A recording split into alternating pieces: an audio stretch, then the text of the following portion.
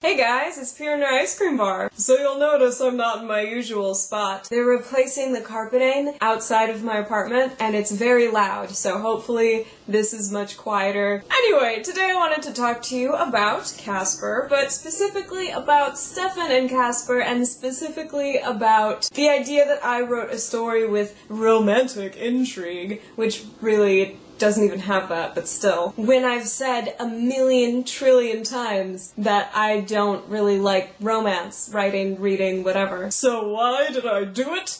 Let me tell you. The whole idea behind Casper and Stefan's relationship was really all about one thing: creating a kind of metaphor for Casper's relationship with himself. I wanted to create a story that was about someone who felt like shit, like absolute human garbage, who had to then learn to love and accept themselves, and had to learn to accept who he was in spite of all his faults, in spite of the mistakes that he's made, that he's just so ashamed of. I even want to be clear about Casper and his experiences with the mysterious roving ravers. You know, he stayed with them for so long because they made him feel like he was special, that people needed him. This whole idea of, like, have ethereal beauty is really just, you know, him being young and wearing a lot of makeup. And the whole idea of him having a lot of partners sexually is not this, like, oh, he's special, he's especially handsome, he's especially intriguing. It's not about that. It's more about,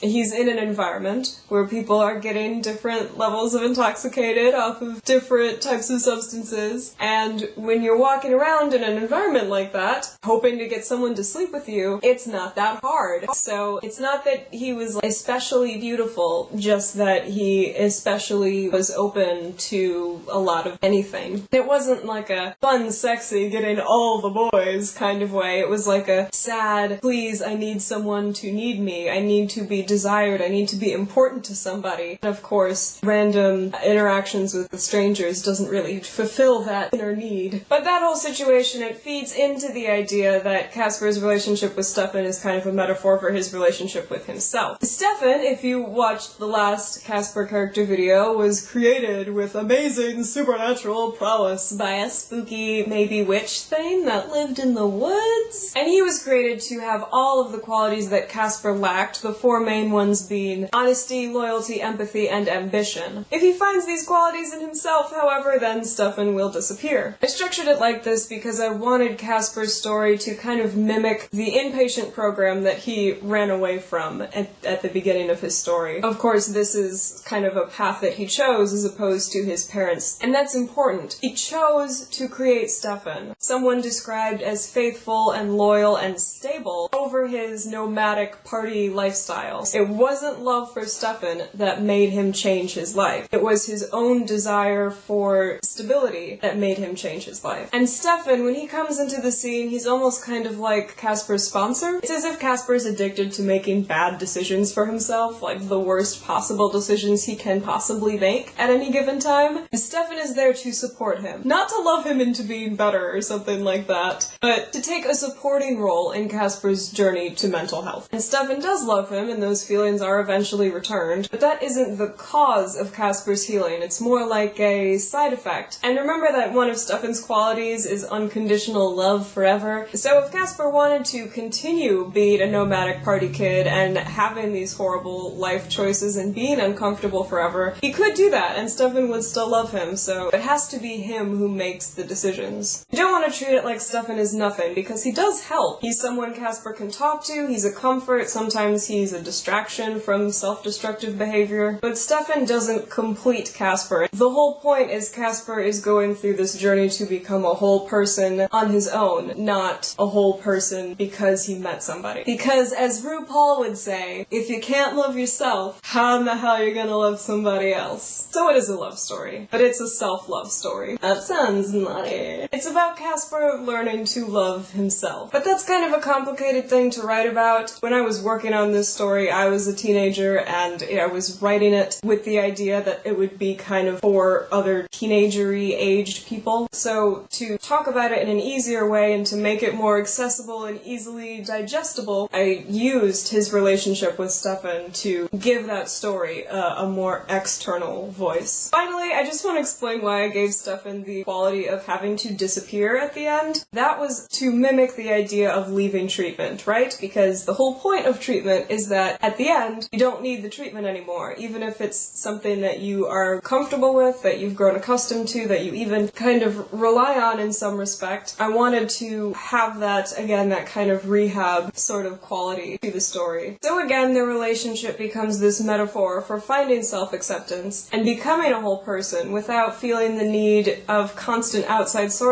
to feel happy and confident. So yeah, that's kind of the deal with Casper and Stefan's relationship. That's why it's structured in that way. I hope you guys found that interesting or fun or my next character video with Casper will probably be the last one, and I will talk about character development, and he's one of my older characters, so it should be fascinating. Thank you guys for watching, and I will talk to you soon. Bye!